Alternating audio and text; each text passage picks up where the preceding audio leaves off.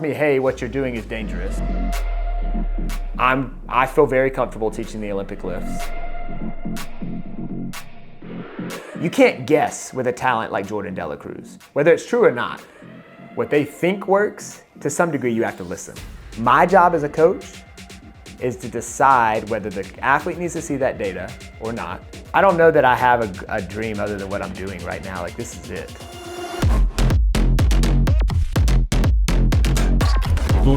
Media.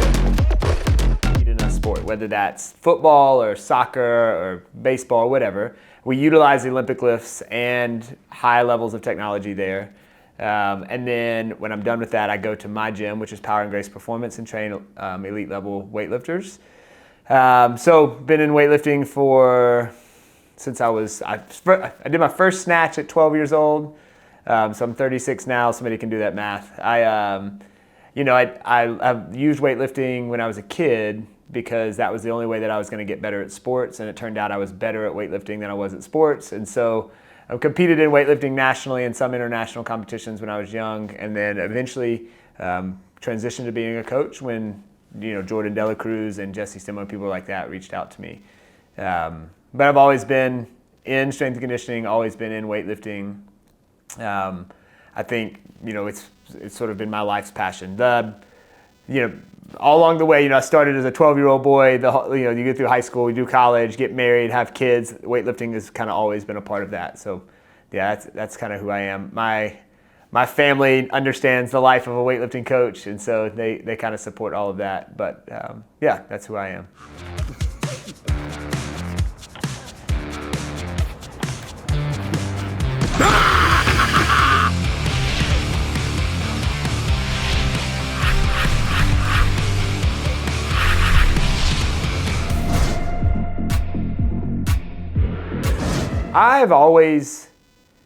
I started weightlifting because I wanted to be good at a sport. Like, I wanted to be good at football, I wanted to be good at wrestling, I wanted to be good at baseball. Weightlifting for me was always a tool to be used to be good at something else. And so I've always seen it that way. Like, how do I leverage snatch and clean and jerk and squats and pulls to help make these athletes better at something else? And so it's funny that now I find myself like using it as the sport, right? It is a sport all by itself. But that passion didn't go away. And so as I started to grow and develop and get, go through education and all of that, I wanted to be able to do both. I wanted to be able to train really elite weightlifters who clearly they were better at weightlifting than they were at anything else. And then I also wanted to train a football player to use the Olympic lifts that I knew were great help and great resources to be the best football player. So how that worked is I ended up getting a degree in education so that I could work in a school environment. And so I run a system that I have three assistants underneath me, and we run every high school athlete in our school. So if you are sixth grade, so 11, 12 years old, all the way to 18, if you're an athlete in our school, you play a sport, you have to take weightlifting as a class as part of your class schedule. So math, science, social studies, weightlifting, it's required. And so that means that somewhere between 500 and 600 athletes come through my high school weight room in a day, and I expose them to the Olympic lifts and then have them utilize the Olympic lifts to get better at their sport. For a lot of reasons, that's very cool for me, to get to take all of this at the World Championships level and all this and get to use it at a level where 600 people are snatching and clean and jerking in a day at this school. And that's very cool to me. So strength and conditioning for me is the application of the principles to help them become something that they're trying to be really good at, right? A lot of our athletes have gone on to play college and professional sports because we've utilized the Olympic lifts in their training. And so that's one edge. And the other edge, obviously, is like every now and then somebody walks in and you go, you're special, right? Like, you think you're going to be a basketball player, but you're not a basketball player, right? You think you're going to be a gymnast, but you're not a gymnast. Like, you're a weightlifter. And you take that person and you start to kind of help them understand and see how they were made for this. And those people become, Pan Am champions and world champions and maybe Olympic champions. And so both of those things are things that I'm very passionate about. I don't think that I should take a very tall male athlete who could be very good at basketball and try to make him a weightlifter. It doesn't make sense. but I can use the Olympic lifts to help me be really good at basketball. But on the same side, if the right athlete walks in, is very good at the snatch and the clean and jerk, and isn't really set up to be good at another sport, especially in America, that is, I will help them understand that weightlifting is an option for them. And we've seen many people become world team members through that kind of philosophy.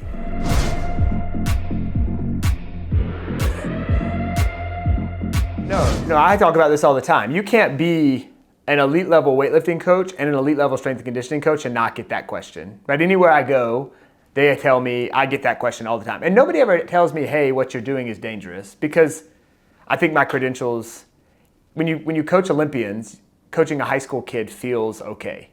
And so I think broadly the question is, are the Olympic lifts good for high school and middle school athletes for their sport? The answer is obviously yes. Like, that is not a question. You can't really, nobody's saying that they aren't.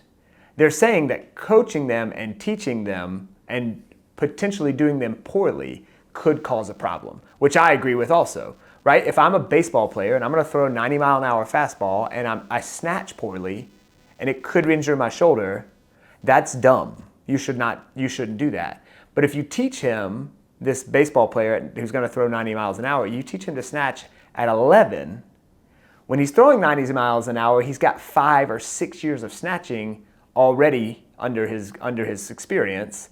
And so he's not gonna snatch poorly. And so part of it is like, I feel specifically equipped to use the Olympic lifts for sports because of my background. I would tell a coach who doesn't have that background, who doesn't feel specifically equipped to do it, to not use them. You can't deny that the Olympic lifts teach coordination and balance and power and strength and all of these things together, right? And eccentric bracing and all of the force development. You can't deny that that's true. That's easily seen in every study out there in the world.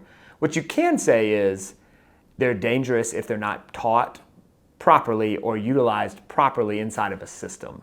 That is true. So my job is to make sure they're taught properly and utilized properly and dosed properly inside of a system that is helping an athlete become a better athlete. If you can't do that, you shouldn't use them. What I wish strength coaches would say is, hey, I don't know how to coach them, therefore they're dangerous in my system.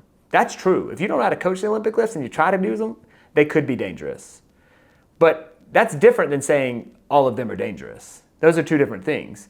Coaches who are willing to say, hey, this isn't my specialty, I'm not very good at coaching it, so I'm not gonna use it because it could be dangerous, I have a lot of respect for that coach. That's a big difference in saying, that coach is bad because he teaches the Olympic lifts. Well, that's different, right? Maybe you are bad and therefore you can't teach the Olympic lifts, and you shouldn't. There's 1,000 other ways or things you could do.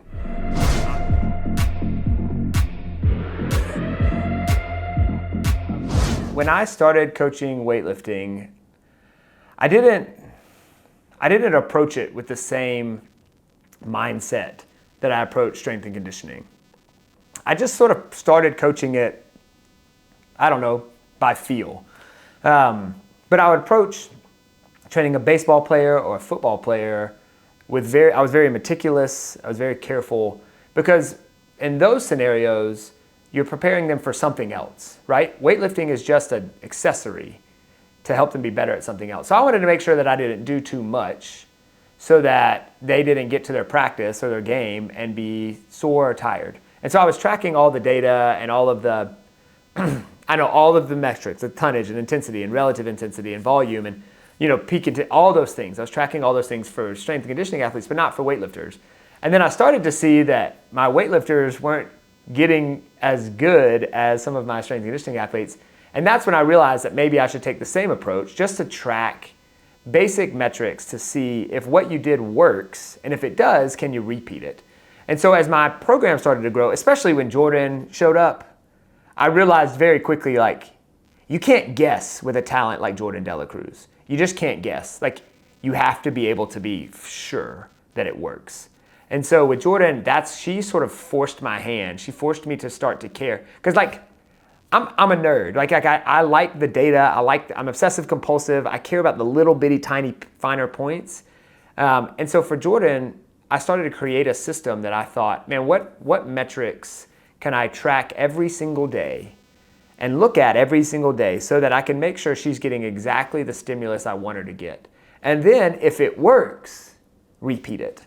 And so that's where the whole system got developed on, hey, how many reps did Jordan do today? Well, you have no idea, so you should probably count that. Hey, what was her average weight lifted today? Well, you have no idea, so you should probably figure that out. The whole system got to a point where I was like, man, what things could I pay attention to and then undulate or change on purpose to see if it causes an adaptation? I was just guessing before. The whole system began because I wanted to stop guessing. And then it wasn't till 3 or 4 years later that I realized that that wasn't normal. Like I thought I was behind the times, that what I was doing was everybody else was already doing. And I found out many years later that this system that we had created where we track and look at how we can undulate volume and undulate intensity accordingly, like according to the stimulus, wasn't as, especially in America, wasn't as normal. And so for me, it's about being able to track every viable metric I can on an athlete over the course of a cycle to find out if it works. So for Jordan, because she's been with me so long, now I have almost a decade of data that I can look back on and say, well, remember when we did this, it didn't work. When we did 330 average reps in a week, or 330 total reps in a week, and it didn't work, but 310 did. So let's find the sweet spot somewhere in there and begin to push her so that we can build her work capacity. It's like finding those little metrics so that when you make changes, you're making organized changes that are built on science, that are built on objective data, not just you guessing. And that way, if something goes poorly, which it will, it has to, this is a sport, you can point back to say, what things did I change that didn't make a positive change? It just allows me to see change, positive or negative, and identify what caused it so that I can either repeat it or never do it again, you know? And so for me, the being able to track all of the little metrics, I don't track everything. There's probably some stuff out there that I should or shouldn't, I don't know, should track. But I care a lot about how many reps I do in a week and in a day. I care a lot about what's their average intensity over the course of a week or a day or a cycle. I care a whole lot about, are they touching heavy weights? What's their peak intensity each week? Or are they not touching heavy weights on purpose, right? And I care a whole lot about the breakdown of their lifts. Are we doing, what's percentage, like what's our exercise selection bias towards? Are we doing more pulling versus squatting? Are we doing more snatching versus jerking? Being able to track all of that lets me set a goal for the beginning of the cycle and then see if each of those specific stimuli help us achieve our goal or don't help us achieve our goal. And so for me, if you open up a spreadsheet for us and look at our program, every athlete in my program can see all of that data. Most of them don't care, but every now and then, like Jordan cares. And so they can see all of it, we track all of it, and then every mesocycle, we make minor changes. Every macro cycle, we may make a big change or a small change, just depending on what we saw.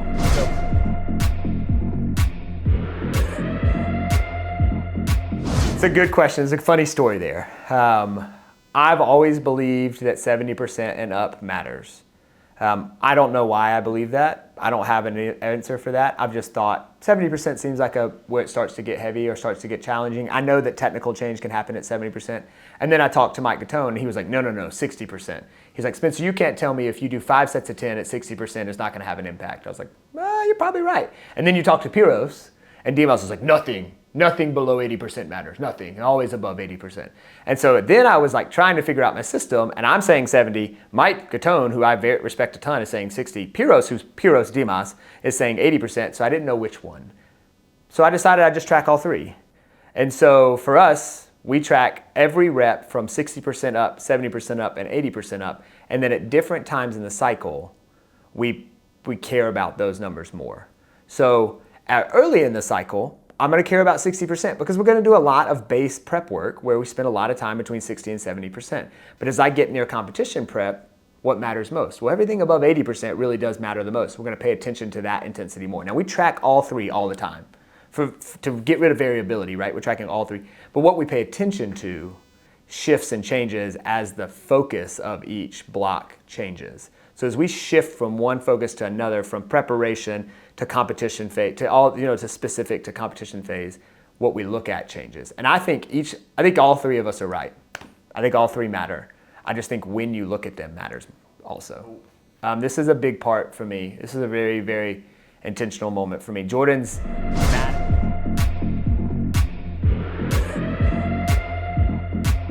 my goal is always to get an athlete from, ultimately they come in and do what you tell them. And then I want them to be able to tell me what they're feeling. And then I ultimately want them to be able to collaborate with me to create the system together. So they know every mesocycle goal way in advance because we talk about it before the cycle starts. We talk about each mesocycle goal. We also create macrocycle goals together.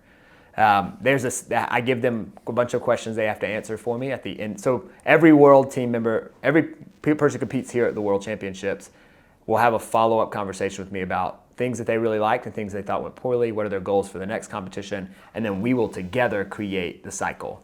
I think the collaborative nature allows them to be a little more bought in, like they care about it more. And obviously that information is invaluable for me to know what they really believe works, whether it's true or not. What they think works, to some degree you have to listen, right? And leverage that. So, strength is a really broad term, right? So I would just say general physical preparation is one angle for me. So it's not just strength, it's can you balance on one foot? Can you run in a straight line? Can you jump high? Can you squat heavy? Can you pull heavy? Like those are all fit into one category for me. Like the characteristics of the athlete is one space. And that's just physical characteristics that you're trying to develop to create a good athlete. And that, because here's the thing, if it's just strength, what happens if you get an athlete who's already strong? You don't have to worry about that anymore? No, you definitely have to worry about it. Maybe they're very strong and can't jump. Or maybe they have this big force output but no power. Or maybe they can't brace. Or maybe their eccentric impulse is bad. Like the whole general physical development of the athlete is one level for me. And that goes down to how do we program squats, to also how do we look at their data on the force plates, all of that is one level. The second, if we're going to do the second part of that triangle is technical. But also we have a technical model that we look at an athlete, but also no athlete lifts the same. So for me, it's like I just told you, like we're going to teach them the lifts so that they ask questions. Was that right? Was that right? Was that right? But ultimately, we want them to be able to move from asking questions to telling me, oh, I felt that and it was right, or I felt that and it was wrong. Or I'm eventually going to flip, right? They ask me a question and I tell them the answer. Ultimately, on the technical side, I want them, instead of asking me a question, I want to ask them a question about the lift and they tell me the answer, right? Hey, why did you miss that? Or why did you jump forward? And they know the answer. And then ultimately, the third step of that technical model for us is, hey, we're going to work together to say, hey, what did you feel there? And they're going to tell me what they're feeling as much as, instead of telling me what's wrong, like Jordan can tell me, hey, I'm feeling this in my feet. Or Kate can tell me, like, I'm trying to feel this pressure change as the bar passes the knee. So it's more so, now we're working together to talk about how they feel. And so that's the technical model for us. I think it depends on where the athlete is in the phase of learning and where they are in their career, and also what they look like in their physiology and their biometrics and anthropomorphology, all the stuff that like makes up who they are as an athlete from a weightlifter standpoint. So one is like develop them as an athlete, one is develop them as a weightlifter. And that mental piece, I think we do a really good job of that. It's a big focus for me. So all of our top level athletes meet with a sports psychologist weekly, do visualization work. Also, when they come to our system, we put them through an emotional intelligence survey so I can understand who they are. I need to know if I tell an athlete, you're going to miss that, how they're going to respond. Some of them, like Kate, will say, no, I'm not, and prove me wrong. Someone else may say, you're right, and miss it. And so understanding who they are emotionally and how they respond to stress and how they respond to competition and pressure, that mental toughness piece for us is solved in two ways. Like we're intentional about the sports psychology piece, but we're also intentional about surrounding them with a community of people that are always supporting them, right? We have a really great team who are constantly finding ways to support each other and care about each other. I think putting them in a safe environment where it's safe to struggle lets them struggle the right ways, right? And so we create all three of those pieces of the triangle. And people always say, well, which one matters most? I think it depends on the athlete, right? Some athletes have got two of those ends really easy and one's really hard, so that's the one that matters the most. And so Again, depends on which athlete and who you're looking at and where they are, and that may change, right? Jordan is a different athlete this quad than she was last quad. Kate is a very different athlete this quad versus last quad, so that may shift and change. But for us, it's about looking at those three edges and deciding where we need to work and which ones are our biggest frontiers for growth.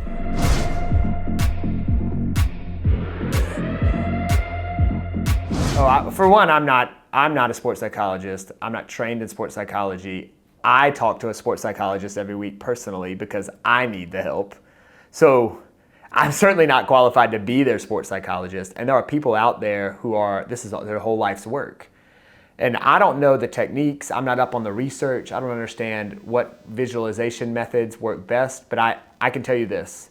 When they started working with them, they got more consistent in training. They got more mentally tough in hard sessions. They were able to approach competition with a better mindset. I didn't do any of that. I gave them the environment to develop those traits, and then they talked to a professional, right? I would never do brain surgery because I'm not a brain surgeon. I would never work on your teeth because I'm not a dentist. Why do we think we're going to work on the mental preparation side if you're not qualified and educated to do the mental preparation piece? That doesn't make any sense. You can try, you're probably going to fail. And it's going to be your athlete that is hurt in the process, not you. So why would I just not connect them to somebody who it's their job and they're very good? They're not going to try and coach them. They're not going to try and tell them to fix their snatch, but they are going to help them understand how to better approach the snatch. And so I'm always going to refer to a professional. The way you build great weightlifters is build a really great team of people that surround the weightlifter.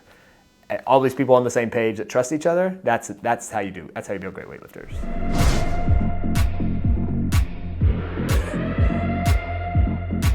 Velocity-based training is an element of our training. It's just one of the tools we use when teaching and coaching weightlifting. How we use it, the reason we use it is because it does what I said earlier. It's objective. It doesn't lie, right? It doesn't tell me something that isn't true. I can always trust it, the data that comes from it, to be accurate. My job as a coach is to decide whether the athlete needs to see that data or not, whether the athlete even needs to know it's on. Like, we use a camera system called Perch that sits above their rack, so they may not even know it's on. They don't even, I can turn it on and look at the tablet and they don't even know it's working. So the implementation of velocity-based training for me is about collecting objective, hard facts that then I can decide what to do with. My job as a coach is to decide, do I want the athletes to see it or I not? Do I want them to, because from a sports science standpoint, that verifiable fact, I just read a study this morning, that you get almost 40% more increase in stimulus when the athlete is getting immediate feedback. So rep to rep immediate feedback. Well, velocity-based training tells you, hey, that was 0.45 meters per second, and they immediately know, man, okay, maybe if I try a little harder, I can get 0.46. And so it helps drive intention. And so for me, if I have an athlete, everybody who's done weightlifting knows this. You do your snatch balances, and then you do your back squats, and then you do your snatches. And what's the last thing on the program? Well, whatever it is, maybe it's squats or maybe it's pulls. At that point in the day, what are you trying to do? Just get through it and get out of there, right? You're just trying to be done at that point. Well, that exercise is gonna take. You're not going to get as much from that exercise, whatever it is, because it's the last thing. Well, how do you make an athlete care about that exercise? I do this all the time. If we have snatch pulls at the end, I'll set the velocity up and tell them, hey, your goal is 1.7 meters per second peak velocity, go. And Kate is a great example. She would have just done them. It probably would have been 1.5. She would have just done them because there's no reason or goal to chase. Well, if I set 1.7 and she pulls 1.6 on Perch, the screen turns red. So she gets this sound and it turns red. And so what does Kate, who is a competitor, what does she do? Well, she doesn't like not winning and she doesn't like not achieving the goal. So then she pulls a little harder. And now I saw this. Now we got 1.9 meters per second. Well, then I go in and do what? I change the goal to 1.9. So now she's chasing a goal on every exercise. So it drives intention. It drives power, which we care a lot about in this sport. It makes them think about moving the bar fast, not just moving it. And then velocity for me helps me see where the athlete is that day. So if I have 5 sets of 3 for Jordan at 130 in the back squat, and she comes in and her set at 120 is like 0.35 meters per second, I'm going to stop her and have her do sets at 120 instead of 130. Why? Because the goal for me is an absolute strength workout, which means she lives somewhere between 0.5 and 0.3. Well, she's already there at 120. Are you going to chase 130 for no reason, or are you going to chase the stimulus? And so velocity lets me chase like an actual goal, like a stimulus goal, rather than weights that don't mean anything. And so for me, I don't see it as a trend. I don't see it as a toy. I see it as another way for me to measure objective data, one of many ways. And then me as a strength coach can decide, hey, this athlete, we're going to use it this way today. Or this athlete, we're not going to use it at all. It's just another opportunity to leverage a training technique to get a stimulus, get an adaptation you're looking for. And whether you use it or don't use it is up to you. But you can't say it's not useful. It is useful. It's just about how it's applied, when it's applied, and with what athletes at what time. There's so many things, right? You can use it for set. You can take weights away. Like my high school athletes, we have a perch camera, so a velocity system in every single rack, right? Which means they don't chase weights. They chase colors. Like I set it so that if they're above 0.5 meters per second in a squat, it turns yellow.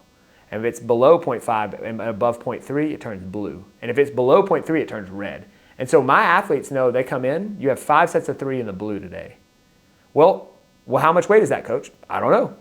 Put some weights on the bar and let's see where you are. And when they get in the blue, 5 sets of 3 at that weight. Because with high school kids and middle school kids, you never know, were they up studying for a test? And so they come in on 2 hours of sleep, but you programmed 85%. Well, that's 100% today and you're about to hurt them. And so for me, it allows me to regulate. It allows me to give kids goals to chase, athletes goals to chase that are real-time goals. And ultimately, it allows me to collect as much data as possible to find out, is this athlete power deficient or force deficient, and how do I apply exercises and exercise routines to help force the deficiency. We don't use it for the Olympic lifts. I don't use it for snatch or for clean or for jerk at all. Here's why. I used to try, but then I found that an athlete could actually move a bar faster doing it poorly. So I've seen an athlete do a snatch at 1.9 meters per second and make it, and then get behind the bar early, hit their hips against the bar, swing the bar way out in front of them, and it actually moves at like 2.1 meters per second, but it's really bad technique. And so for me, I don't use it because I think a lot of times the speed lies about the quality of the rep in the Olympic lifts. But in the pulls, I'll use it, right? In the squats, I'll use it because I'll stand next to them and I'll give them a technical cue. Hey, push down harder when it gets to the knee. Make sure you keep your back or shoulders in front of the bar at this point. Hey, make sure the knees squeeze back, whatever it is, right? And then they'll use the camera or the tablet in front of them to chase a specific goal. So it drives intention with a technical focus, right? Like I'm giving them a technical cue to focus on, but it also, instead of just doing the lift right, they're doing the lift right with speed. And that's ultimately what we want, is those two to work together. The camera system that I'm using, though, is starting to develop a bar track where I can set it, if it moves forward 5 centimeters, it'll turn red.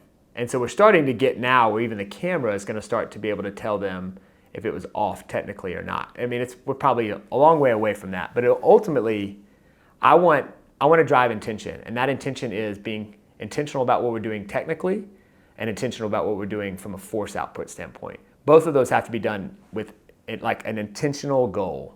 And that goal needs to be known to the athlete and something they're chasing. Whether that's, hey, Kate, I need the bar to continue to come back past the knee. Or, hey, Kate, I need that bar to move at 1.7 meters per second.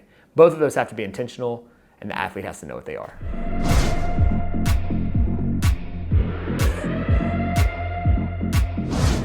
Males and females, I think there's 3 things that you have to consider when coaching the male or a female. One, you just have to understand their temperament. Some females just like to work. And some females like to touch heavy weights. And that's true for males and females. And understanding what keeps them motivated, I think that can be different regardless of their gender, right? So Kate, being able to touch something heavy and like feel strong in that way keeps her motivated. Jordan, being able to dig in and do a bunch of work on a technical piece keeps her motivated. That is true for guys too. There are guys that love the work. Oh, you got 10 sets of 5 today, they love it and they want to eat it up. And then you have someone like Harrison Morris from last quad who, if I didn't let him touch something heavy, he would get bored and I would lose him. So I think in many ways those ways are similar.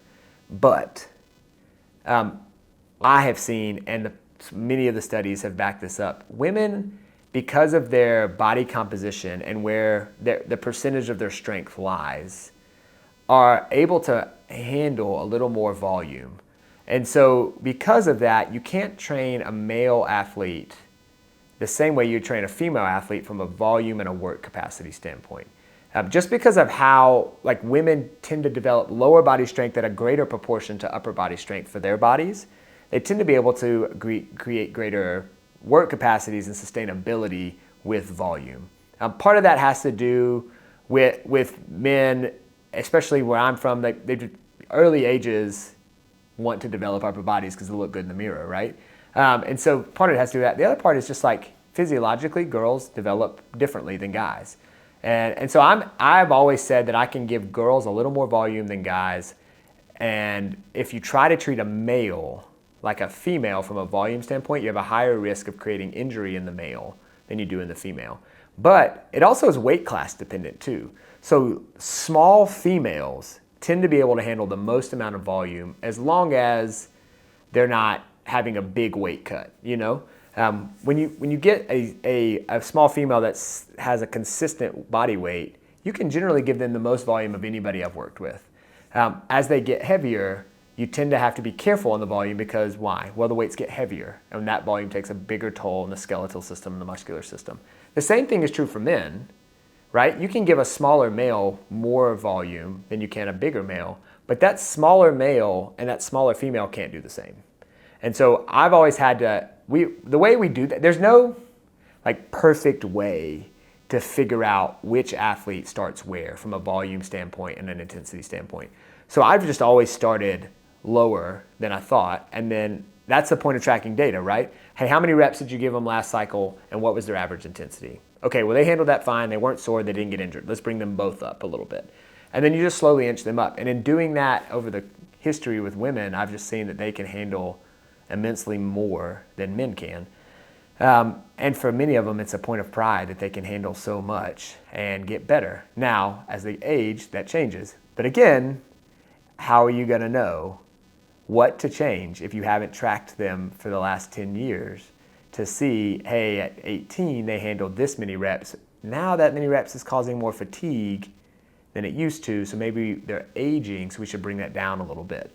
I think the data would tell you that, not just the data, but the research would tell you that women can handle more volume than men. But in my opinion, if you don't have a way of tracking the volume, you don't know if you're giving them too much or too little anyways. And so it doesn't matter. This whole argument, this whole debate doesn't matter if you don't have a way of calculating it and deciding, are you giving them too much or too little?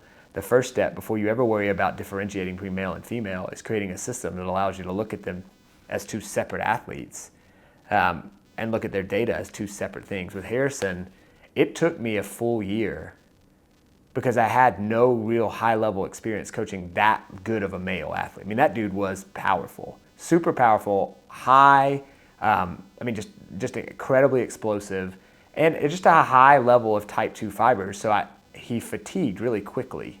But it took me a year to figure out how to, I remember I was at a competition, I'd had him, he's been training in my gym for 3 weeks, and I got a call from Jordan saying, hey, are you sure that you're doing this right with Harrison?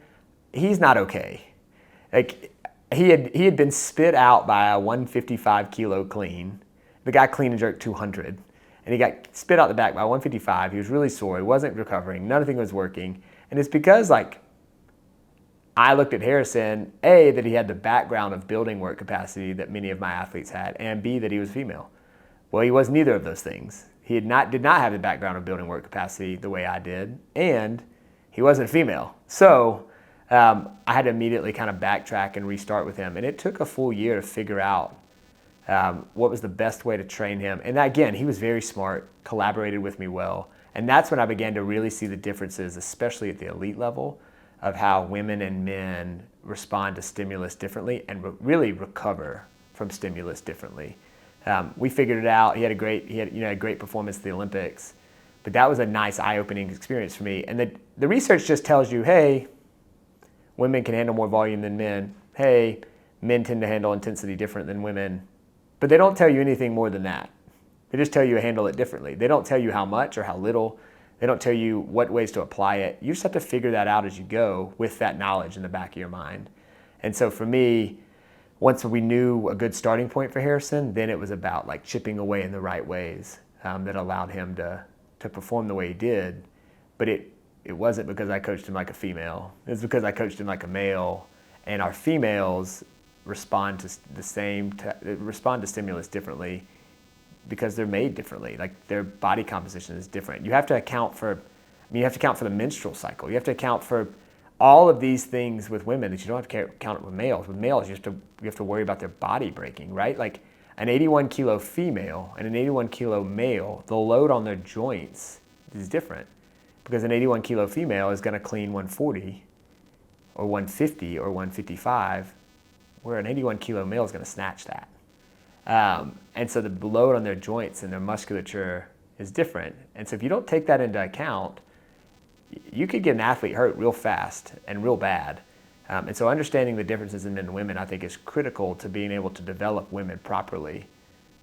Women handle a lot, and I think a lot of people don't give women credit for that they can handle a level of training that men can't, because of how they're built and because of the load they're enduring. Like I think they can handle more than most people give them credit for, and I can prove that by looking at some of the athletes, how they've responded to what many people would say is like, that's kind of an incredible amount of volume. Well, they're incredible athletes, and they handled it pretty well and came out better having done it.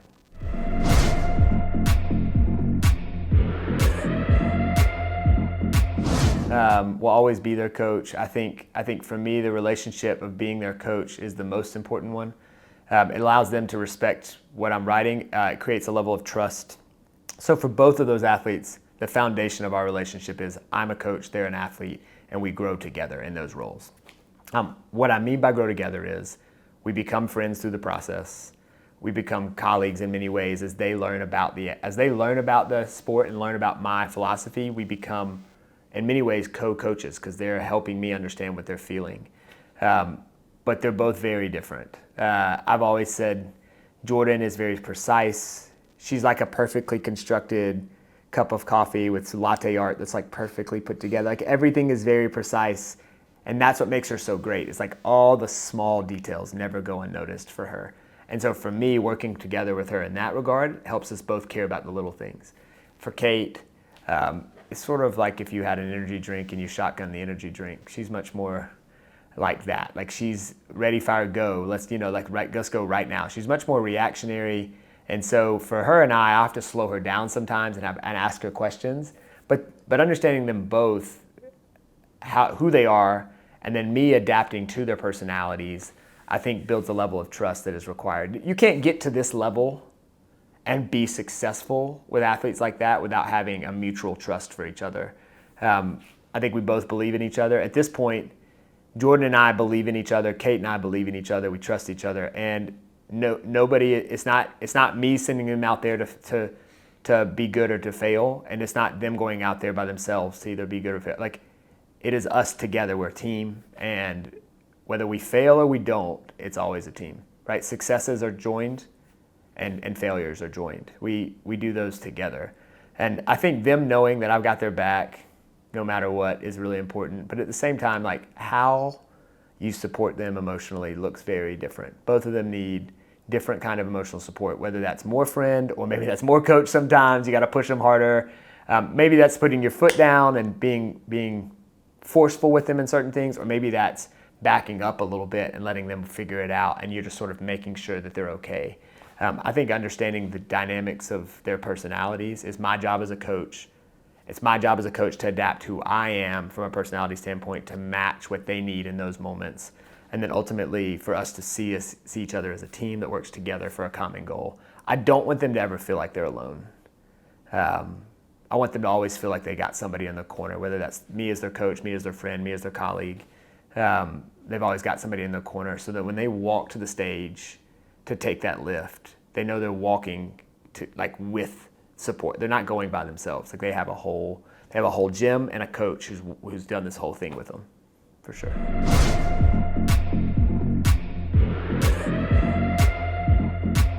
And I think I'm living it. I don't know that I have. I don't know. My coaching dream is for athletes to walk out there having already, just to be a good representation of who they are. I don't know that I have a dream other than what I'm doing right now. This is it. You have two girls.